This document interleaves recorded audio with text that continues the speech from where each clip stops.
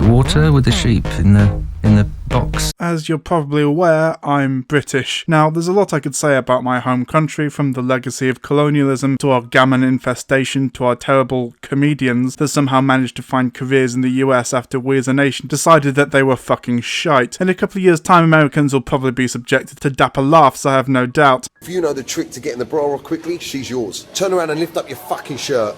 Make a girl laugh, you make her moist. I was going to tell you a joke about me cock, but it's too long. Like that, did you get your gash out then? If she's looking at me and playing with her hair, by the end of the night she'll need a wheelchair.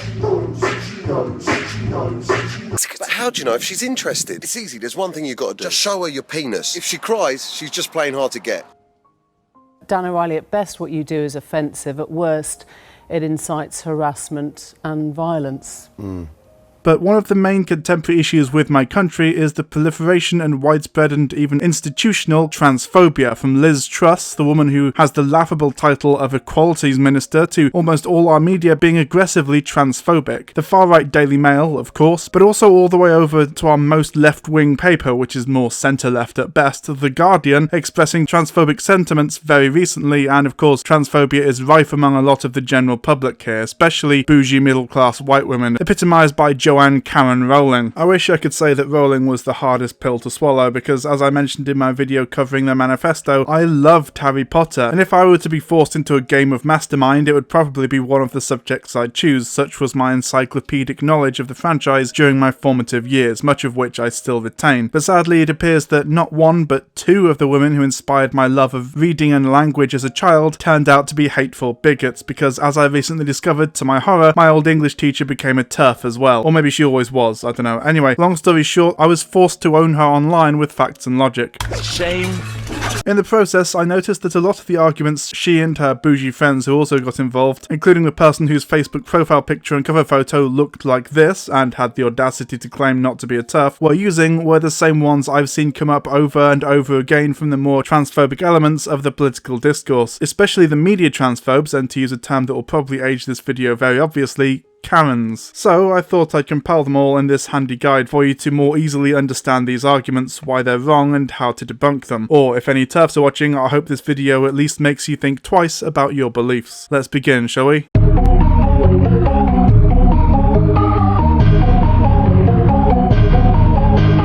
In general, TERFs are white liberal women and, as a result, primarily rely on civility politics when called out on their shit, because like all liberals, they have an insufferable victim complex, along with an inability to recognise that justice is significantly more important, and of course preferable, to how polite you are when fighting for it. These are the people who decried John Brown for his methods whilst allowing slavery to continue because at least the plantation owners are civil. Imagine being so privileged that you can unironically call for civility whilst people are fighting for justice, and you'll understand the mindset of a TERF. TERF ideology is inherently uncivil, of course, and TERFs are some of the most unpleasant people you will ever come across online, but they of course enjoy using the aesthetics of civility in order to further their goals. Take J.K. Rowling's essay, for example, which I covered previously in full. In it, she claims that trans men are mentally ill women, that trans women shouldn't be allowed around children or vulnerable people, which I would argue is much more hostile and potentially damaging to vulnerable people than trans activists telling TERFs to shut the fuck up, though I have yet to see any middle-aged privileged white women bring that up in Parliament. I mean, do you accept that the term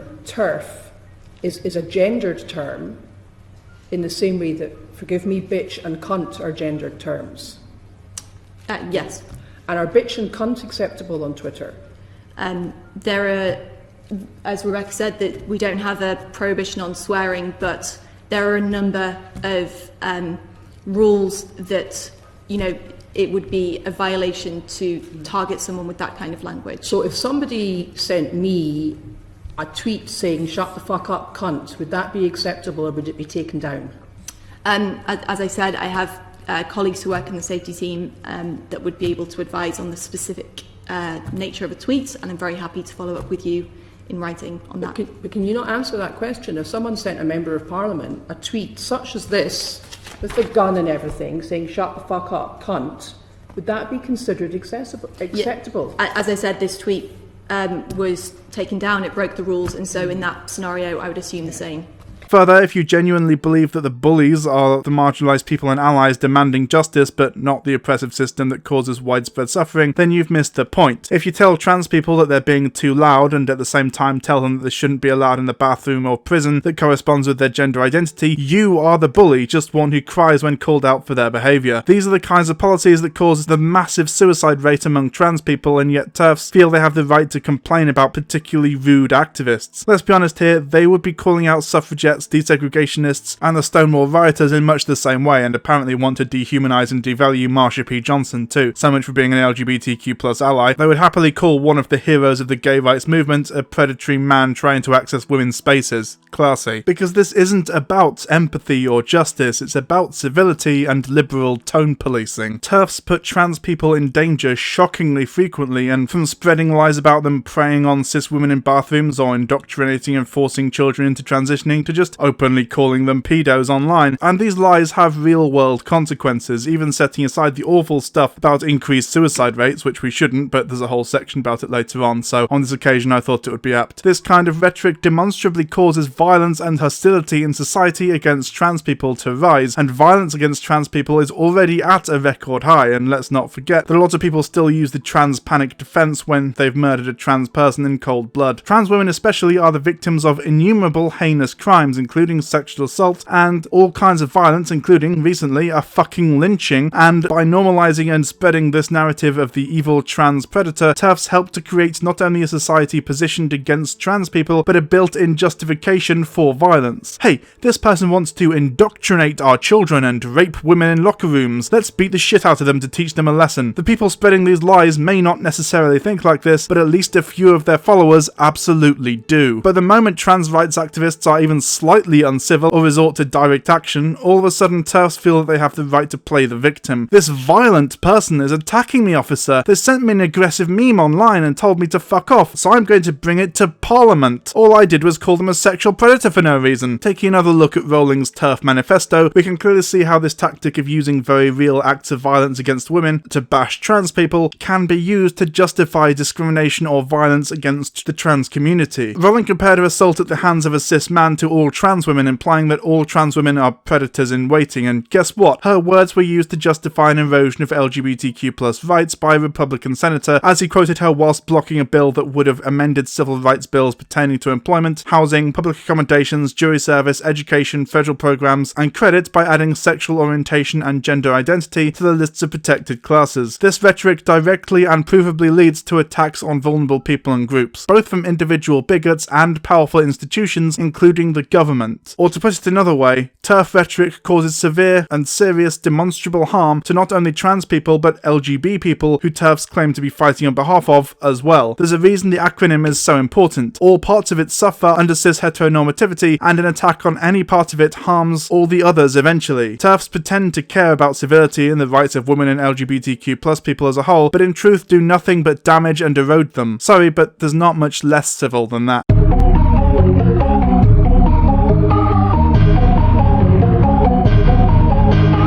This is an argument I've seen crop up again and again from people who really like to think that they know what they're talking about and believe that they're hyper woke when it comes to feminism and women's rights, but in actuality are fucking clueless bigots who most of the time refuse to listen. Basically, the idea is that trans women exude a misogynistic, hyper-feminine version of womanhood, and since TERFs often think that all trans women are male invaders to women's spaces, they must hate women based on what they consider being a woman to be. Woman is not a performance or a drag act, and all this hyper-stereotypical femininity is woman blackface. Sometimes they'll also add in the extra tidbit of your desire to change your body as a fetish, why can't you just wear a dress and be a feminine man? Along with this idea of female socialization, in that apparently trans women don't know what it's like to be a real woman because they didn't have the hardships of misogyny growing up. Sometimes it's paired up with the bioessentialism bullshit beloved of people like Jermaine Greer or Ariel Scarcella. So let's take each of these points and dismantle them piece by piece, shall we? First off, the idea that trans women often display an overtly stereotypical version of femininity. The simple fact is that trans women sometimes have to overcompensate in order to be perceived as women in our society, and let's be honest here, TERFs who come across trans women they don't perceive to be feminine enough will just call them men in drag and brag about always being able to clock them, so it's a lose-lose situation here. For a trans woman, you either have to reject the gender expectations and stereotypes and get misgendered and attacked for not even trying, or act the way you're told you should and get accused of doing a woman blackface, usually both coming from the same people. TERFs like to say we can always tell when talking about trans women, and like, for a start, you probably can't, because when you see someone who you don't clock, you're obviously not going to remember or even know that, but for another thing, in saying we can always tell, they are basing their assumption on stereotypes and expectations, lumping masculine cis women, femboys and trans people into the same arbitrary category based on overt displays of femininity. Real enforcing strict gender norms but in a feminist way vibes here. If you insist that femininity is basically just displaying certain traits, and that not displaying those traits is being clockable, aka not being feminine enough, then no shit, trans women are going to overcompensate and lean into overt and exaggerated displays of femininity, because being misgendered is harmful and painful. You know, much like a lot of cis women become socialized into more feminine ways of acting because they're told that certain behaviors are unladylike. The references to long since debunked pseudoscientific nonsense like autogynephilia barely deserves acknowledgement, but to be clear, there is basically zero evidence that any appreciable amount of people transition based on some kind of fetish, and I'd direct you towards ContraPoint's video in which she thoroughly debunks and addresses the ridiculous ideas put forth and implied by this nonsense theory. As to why trans people can't simply become a feminine boy or masculine girl, the simple answer is because they are real women or men respectively, and this absurd suggestion is like asking a gay person to just be a gender non-conforming straight person. That's simply not how it works, and if you believe that kind of utter shite, you clearly have no fucking clue how gender works or what it is. Gender identity is not some arbitrary thing one can just switch on and off at will, as has been demonstrated again and again throughout every serious study that has ever been carried out in this area. Further, gender essentialism is frankly nonsensical. For example, the idea that we should define a woman as people who menstruate means that apparently trans men are women but my granny and people who have had a hysterectomy are not women because they don't menstruate, and is therefore fucking absurd. Likewise, any kind of designation based on biology is at best severely flawed and has exceptions that disprove it. For example, if one were to argue that gender is defined by genitals or chromosomes, then we could simply point to intersex people and point out that someone can very easily have very different genitals or chromosomes to those that match their corresponding gender, and yet no one's out here saying that intersex people should be their own unique gender or something, because in that context we as a society accept that gender is primarily about identity, just not in other situations where it makes just as much sense apparently. And finally, let's deal with this absurd claim that trans people cannot be the gender they identify with because they haven't grown up as that gender, and especially haven't been the victim of gender depression as a child. First off, can we acknowledge that trans kids, or just any kids that are gender non-conforming, receive a hell of a lot of gendered harassment as do trans people in adulthood, so let's not pretend that oppression and suffering under patriarchy is a uniquely cis experience. As we all know, even cis men suffer under patriarchy, which I've spoken about previously. This definition is pretty bad really, because it implies that femininity is defined and measured based on suffering and pain rather than anything quantifiable or that makes any sense. A cis woman in Saudi Arabia probably suffers more under patriarchy than a cis woman from a sheltered progressive community in the West. Does that mean that women in Saudi Arabia are more female than Western women? Sex workers struggle a lot more from patriarchy than female billionaires. Does that mean that a sex worker is more of a woman than Oprah, for example? What about trans kids who realised and were diagnosed as trans from a young age and are then raised as their correct gender? Do they count?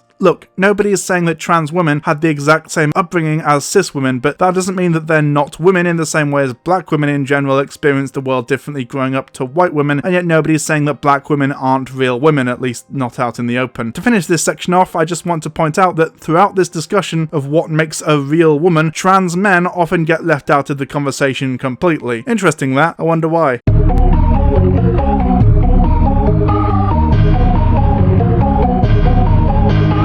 Probably the point most often brought up by TERFs is this idea that actually they don't hate trans people, in fact they're more than happy for them to have rights, but they just have concerns that expanding trans rights will in some way impinge on women's rights. And honestly, we should take some time to consider that actually cis people are the real victims of current trans discourse, and yes, respecting trans people may provably reduce harm, and especially suicides and assaults suffered by trans people, but what if a rapist I invented in my head is trans? Did you think about that, huh? So here we go, I guess. Clearly trans rights do not in any way impinge on general women's rights. However, this is difficult for your average transphobe to grasp. So I usually end up having to basically ask them, please explain how trans rights remove other people's rights without descending into bigotry or making baseless accusations about entire groups of people, which they can't because it's not true, but they'll usually give it the good old college try anyway. See, I have the benefit of having been making videos about social justice and politics for a while, which has brought me into contact with a lot of the scientific and sociological research into these areas, because trans rights is a hot button issue at the forefront of civil rights discourse. So when someone tries to argue with me that actually trans rights damage women's rights in some way, I can say with a relative degree of confidence that I actually know that they are factually, categorically incorrect. Or to put it another way, TERFs clearly have no idea what they're fucking talking about, because as someone whose part-time job requires me to have read the statistics and studies in this area, I do know what I'm talking about, and posts like these contradict the scientific consensus as well as the scientific method in general. If they actually did any research, they would discover that actually places that currently already have self-ID laws have suffered no appreciable increase in any kind of sexual assault, and of course there is ample evidence that shows that trans women are overwhelmingly the victims of all kinds of assault and abuse, especially in male spaces. There are some, like Jess Phillips, who will claim that trans women being allowed to use the bathroom or changing room of their choice in some way erodes or harms cis women's rights to feel unthreatened and not fearful, because of course all men are potential rapists, and as trans women are actually men, they're basically all sex criminals, right? The argument goes that as members of the male sex commit a majority of sexual offences, this somehow justifies single-sex spaces, which exclude trans people for pretty arbitrary reasons and ignores intersex people. Trans women, they argue,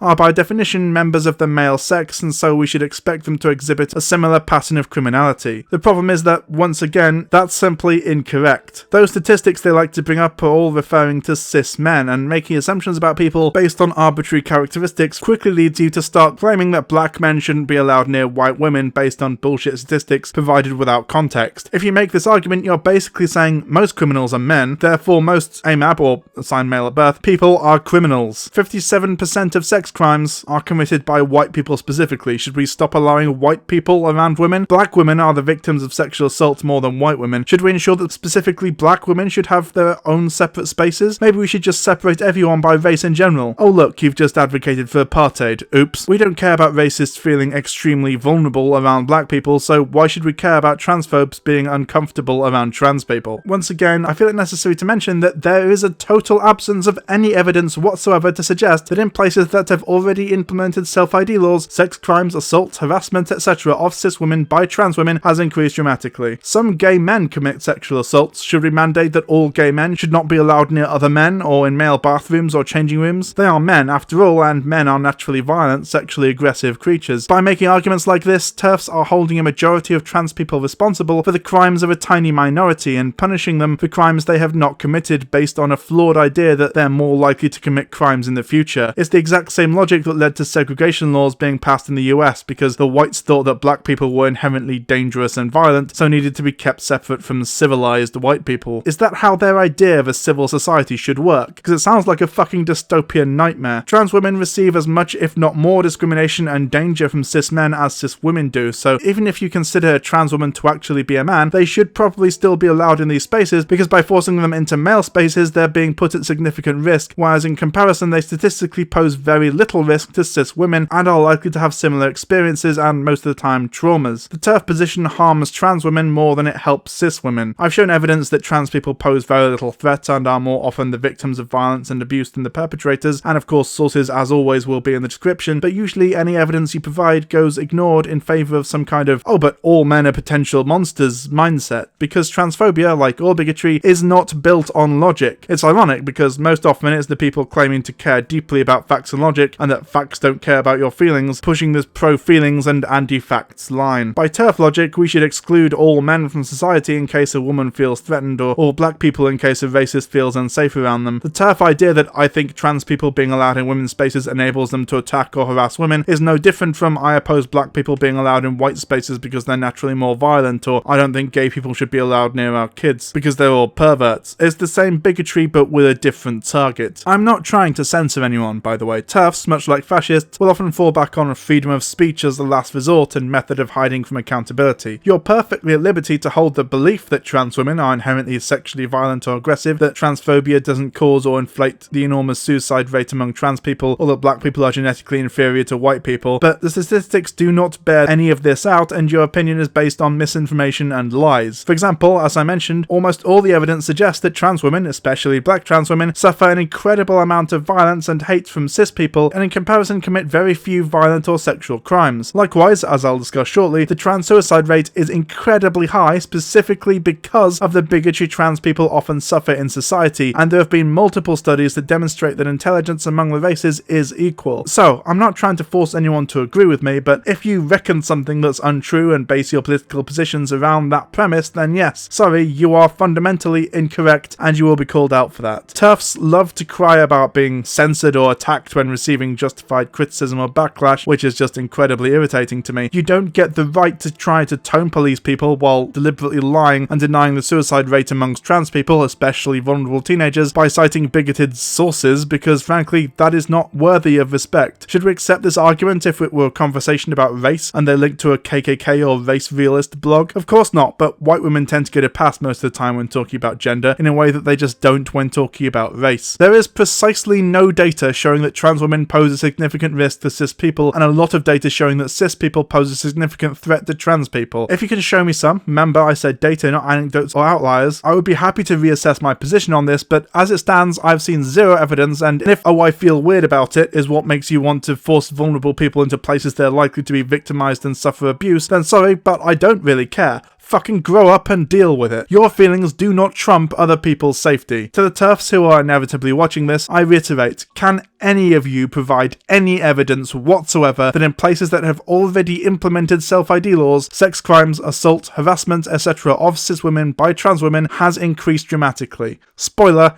you can't, because it hasn't. You can point out the minority of trans people who do bad things, but that's no different to pointing to Ted Bundy and saying that all white people are violent maniacs, or Harold Shipman and making sweeping statements about all doctors. Further, what does this mean about trans men? Should trans men be excluded from male-only spaces? Should trans men be allowed into female-only spaces, which they often need to access due to the male spaces not having, for example, tampon disposal or dispensaries? The only way you could believe that allowing trans women into women's spaces undermines women's rights to privacy, safety and fairness, which is a direct quote from a TERF I recently crossed internet swords with, is if you think that a significant number of trans women are likely to abuse cis women, which is demonstrably untrue, and one could make the argument that cis women also abuse other women occasionally, so we shouldn't allow cis women around other women. Why do you reject the overwhelming majority of studies and the scientific consensus in this area? Further, can you explain how your opinion that male-bodied people, a term that means precisely nothing, pose a threat to women based on literally the opposite of the scientific consensus is any different from someone saying black people shouldn't be allowed near white people or gays shouldn't be allowed near my kids? I'll leave some sources in the description for you to ignore because they contradict your ignorant, bigoted narrative, but if you genuinely are interested, they are there for you to read.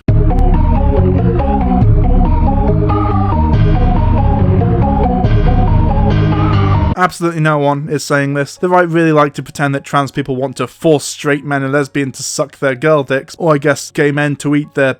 Is there a word for the opposite of girl dick?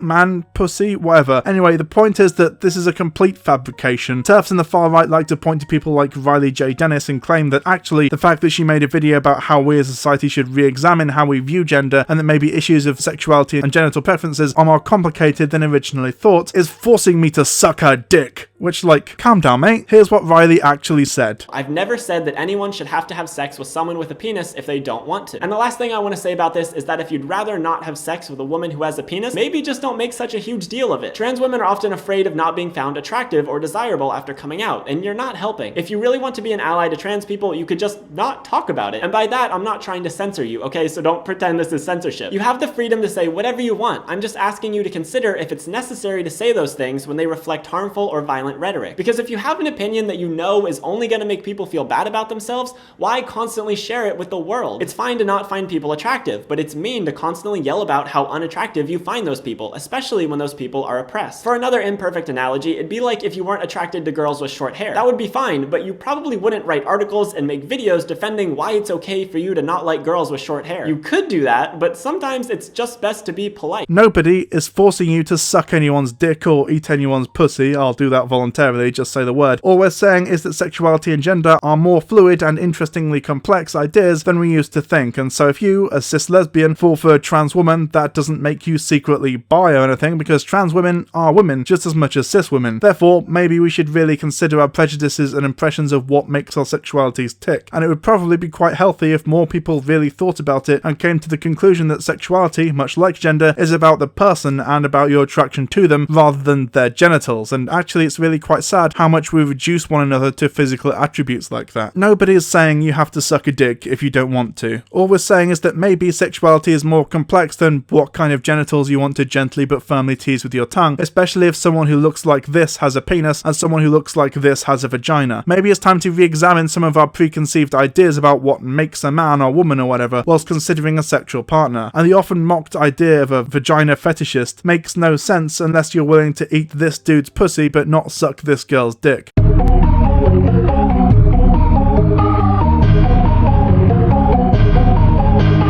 The suicide statistics are heartbreaking and powerful stuff, and as a result incredibly inconvenient for a TERF, because TERFs really like to act like they're not only the real victims of allowing trans people to have rights, but that they care deeply about vulnerable people, especially children. So it's not a good look for them to be seen to not really care about or actively contribute towards perpetuating a situation in which hundreds of vulnerable trans people commit suicide at a horrifyingly high rate, 40% in some cases. There are a couple of ways TERFs will try to get around this problem. One, pretending it's not happening, or two, acknowledging that it is happening but claiming that it's for unrelated reasons. Let's take a look at each and see how they hold up to scrutiny, shall we? Usually when I see this argument getting used, the TERF in question will link to sources like these, and these are actual sources I've had used against me in arguments online before: lilymaynard.com, which appears to be a TERF blog, and transgendertrend.com. That's right, they link to a TERF blog rather than any kind of reputable source because no actually reliable scientific source would support this idea since it's categorically untrue and, once again, counter to the scientific consensus on the matter. Here are the stats from the actual reputable sources that did the research, which again will be linked in the description: Stonewall, the Trevor Project, the Williams Institute, the American Academy of Pediatrics. But yeah, I'm sure websites with names like Transgender Trend, with a logo like this and slogan like questioning the trans narrative, are just as reliable and definitely unbiased sources. So to any TERFs watching, I feel I must ask, is it worth continuing to propagate malicious lies like this, or are you willing to just admit at this point that you hate trans people because you don't understand them and that they make you feel icky? I'm on furlough, so I could do this all day. Also, can you point me towards an actual study or dataset that isn't on a TERF blog that disproves the scientific consensus on this issue, because apparently the Williams Institute and the American Academy of Pediatrics are just as biased as a website called Transgender Trend.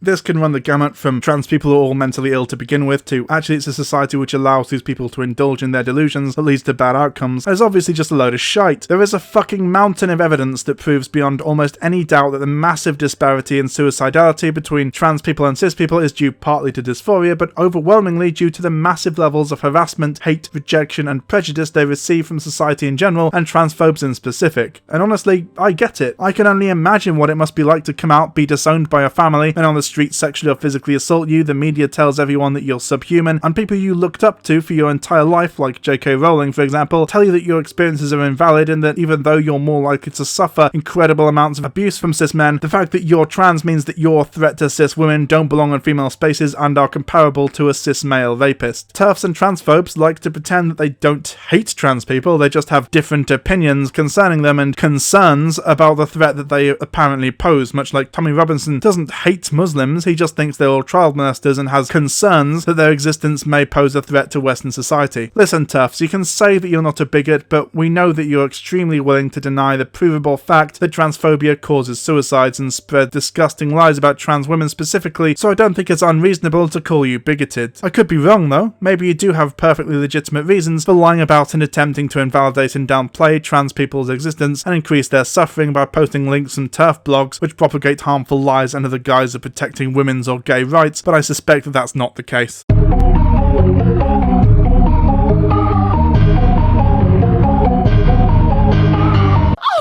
won't somebody please think of the children? TERFs, like all bigots, really like to pretend that they care about the well-being of children, and that a lot of their bigotry is due to a genuine concern for child safety. You've almost certainly seen this before, from the recent furore over whether or not we should teach kids that LGBTQ+ people exist, to the hand-wringing of a drag queen story hour, to fear-mongering about gay school teachers being secret pedos, dating all the way back to the segregationist idea that black and white kids being in the same school would negatively affect white kids in some way. In fact, as Joe Biden said at the time, unless we do something about this, my children are going to grow up in a jungle. The jungle being a racial jungle with tensions having built so high that it's going to explode at some point. We have got to make some move on this. This is pretty standard stuff, really. Use children and scaremonger about how marginalised people will potentially harm them as some form of weapon against some of the most vulnerable people in our society, whilst ignoring child marriage and child beauty pageants, because it's mostly cis-het white conservatives doing that shit. The main thrust of this argument when it comes to the trans discourse is this idea that children are being forced or pressured into gender transition because they had a perfectly natural phase of questioning their gender, sometimes exaggerated or lied about to claim that children are being put on hormones or even receiving surgery at a young age, which is frankly not true. For a start, it's illegal to put children on HRT and certainly illegal to perform gender confirmation surgery on them, so usually what transphobes mean when they make claims like this is that sometimes trans kids get put on puberty blockers, which are essentially harmless and, well, as the name might imply, block puberty and give the trans kid a good long time to think about and really genuinely consider whether or not transitioning is the best option for them. There's a lot of talk about how a lot of kids who think they're trans end up growing out of it and coming to the conclusion that they're not, and you know what? That's fine. A kid who decides that they're not trans can come off puberty blockers at any time and they're not negatively impacted at all. In fact, they get hit by puberty with full force as their body hastens to catch up. If they do decide that they are trans, however, blocking puberty has the benefit of making transition after the age of 18, which is when it becomes legal, easier and much less stressful due to them not having to experience puberty into a gender they don't identify with, which can induce pretty severe trauma and dysphoria. The example often brought up at this point is the case of Luna, a trans girl who was diagnosed early in life with gender dysphoria by 3 separate gender experts. Accordingly, her mother started to treat her as a girl and allowing her to socially transition and wear feminine clothes if she so chose. The father, on the other hand, rejected this, forced Luna to act more in accordance with her gender assigned at birth, and accused the mother of forcing some kind of gender ideology onto their child. In court, it was revealed that actually it was the father of the child who was forcing his child to conform to particular gender roles associated with male children, not the other way around. The mother allowed Luna to dress and act as she felt most comfortable, even in traditional male ways, if that's what she wanted. And of course, she was not placed on puberty blockers or indeed anything other than social transition because she was too young to be near puberty, so no fucking shit, there was no need to block something that wasn't going to happen for several more years. Luckily, after all this was revealed in court, the judge and jury sided with the mother and the 3 separate gender specialists over the father and a bunch of conspiracy theorists on the internet who hadn't bothered to do any research. But, I hear the TERFs ask, what about detransitioners? I've heard a lot about them in such reliable sources as peaktrans.org and womanmeansomething.com, and even some actual news sources as well, so there must be an epidemic of people being forced into transition by the evil trans agenda only to realise that they were lied to and pressured into it at a young age. So, let's briefly talk about detransition, I guess.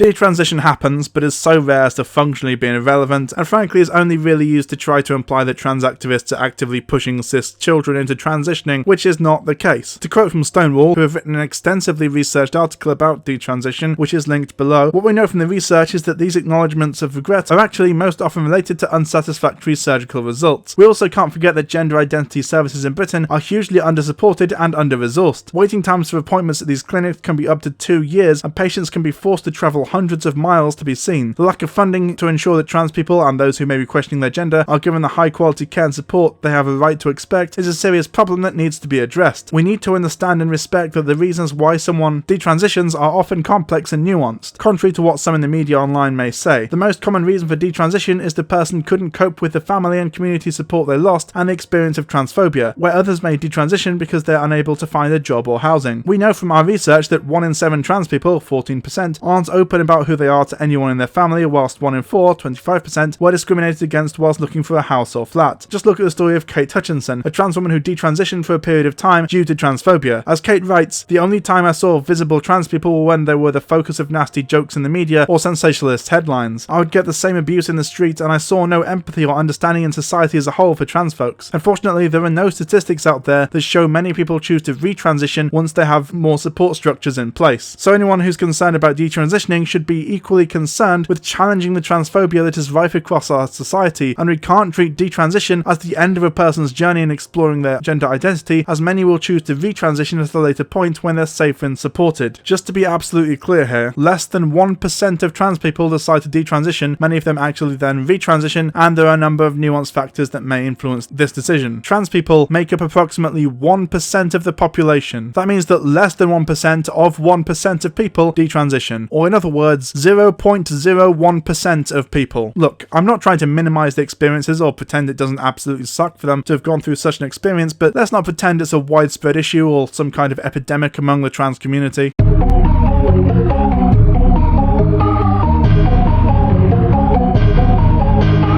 I actually made a whole video about this a few months ago, but just to reiterate, this hand-wringing of a trans athlete is almost entirely fabricated. It's not true, and honestly, who fucking cares about this shit? The fact of the matter is that if a trans woman had been on HRT for a significant amount of time, they have no appreciable athletic advantage because estrogen fucking destroys things like muscle mass and bone density, you know, those things that might affect an athlete's prowess. Likewise, trans men who have been on testosterone for a significant amount of time are about on par with cis men, and let's be clear here, if trans women had to compete with cis men, then trans men would have to compete with cis women, and as we've seen when that happens, they fucking dominate because of course they do. Just to illustrate this point, I want to draw your attention to the simple fact that despite trans people being able to compete as their correct gender at the Olympics since 2004, the medal podium has not been dominated by athletically advantaged trans women in the 16 years since it's been legal for trans women to compete as women. In fact, not one single trans woman has ever won a gold medal whilst competing as a woman in the Olympics. We have no choice but to ask why, if they're so superior. Similarly, why is women's football not being dominated by trans women? You can trot out dodgy, misleading news articles about one time where a trans woman won a competition due to either not having been on HRT that long or simply managing to overcome their hormonal handicaps and being a superior athlete in the same way, for example, the Williams sisters are, but I can do the exact same for trans men being forced to compete with cis women and wiping the floor with them, or trans women being forced to compete with cis men and finishing last due to their HRT-induced handicap.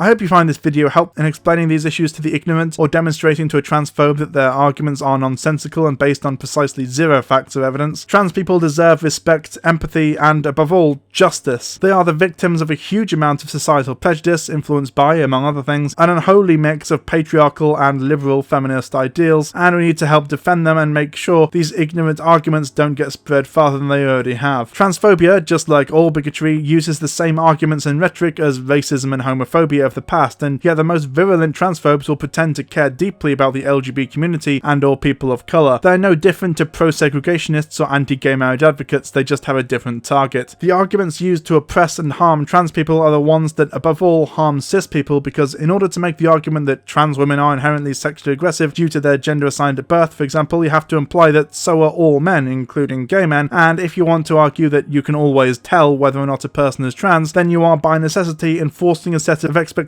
onto people that simply doesn't fit, because all those lists you see TERF spreading around how to spot a trans woman or whatever usually include things like big hands, tall, hairy, and so on, and these are traits that gender non-conforming cis women also have and are victimized by society for as well, and is the exact sort of issues that feminism exists to combat. TERFs are not real feminists, partly because their feminism doesn't include all women, but also because they accuse others of pandering to female stereotypes whilst themselves pandering to female stereotypes and using them as an excuse to harm vulnerable people. Fuck TERFs, fuck transphobes, and trans rights are human rights. Give my language, shut the fuck up, TERF.